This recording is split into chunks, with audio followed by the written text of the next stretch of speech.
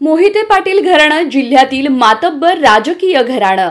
या घराण्यात विजयसिंह मोहिते पाटलांनी उपमुख्यमंत्रीपद भूषवलं।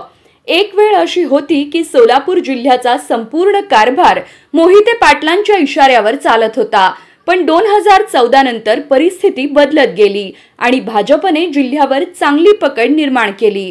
पुढे मोहिते पाटील हे भाजपवासी झाले, पण खासदारकीच्या उमेदवारीवरून त्यांनी भाजपची साथ सोडली आणि राष्ट्रवादी शरद पवारांचा झेंडा हाती घेतला। या दरम्यान रणजितसिंह मोहिते पाटील मात्र भाजपसोबत कायम राहिले, पण त्यांच्यावर भाजपचे माजी आमदार आणि मोहिते पाटलांचे कट्टर विरोधक अशी ओळख असलेले राम सातपुते यांनी गंभीर आरोप केले।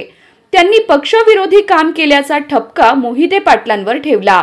या विषयाला धरून सातपुते हे वारंवार मोहिते पाटलांना लक्ष्य करत होते, पण मागील 2 ते 3 महिन्यात सातपुते यांनी मोहिते पाटलांवर जहरी टीका केलेली नाही। याचं कारण मोहिते पाटलांनी भाजपच्या वरिष्ठांकडे चांगली फिल्डिंग लावल्याचं बोललं जात आहे।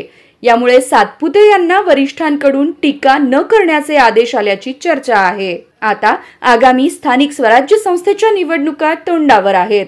स्थानिक स्वराज्य संस्थेच्या निवडणुकांमध्ये मोहिते पाटलांची चांगली पकड आहे। यामुळे मुख्यमंत्री देवेंद्र फडणवीस हे देखील मोहिते पाटलांविषयी पॉझिटिव्ह असल्याचं बोललं जात आहे। फडणवीसांच्या पंढरपूर दौऱ्यावेळी रणजितसिंह मोहिते पाटलांनी फडणवीस यांचं स्वागत केलं होतं। यावरून ते मोहिते पाटलांविषयी सॉफ्ट भूमिका घेत असल्याची चर्चा आहे। स्थानिक स्वराज्य संस्थांच्या निवडणुकांमध्ये भाजपला फायदा व्हावा या उद्देशाने वरिष्ठ रणनीती आखत असल्याचं बोललं जात असून, यामुळे मोहिते पाटलांवर कडवी टीका करू नये असे आदेश राम सातपुतेंना वरिष्ठांकडून देण्यात आल्याचं बोललं जात आहे।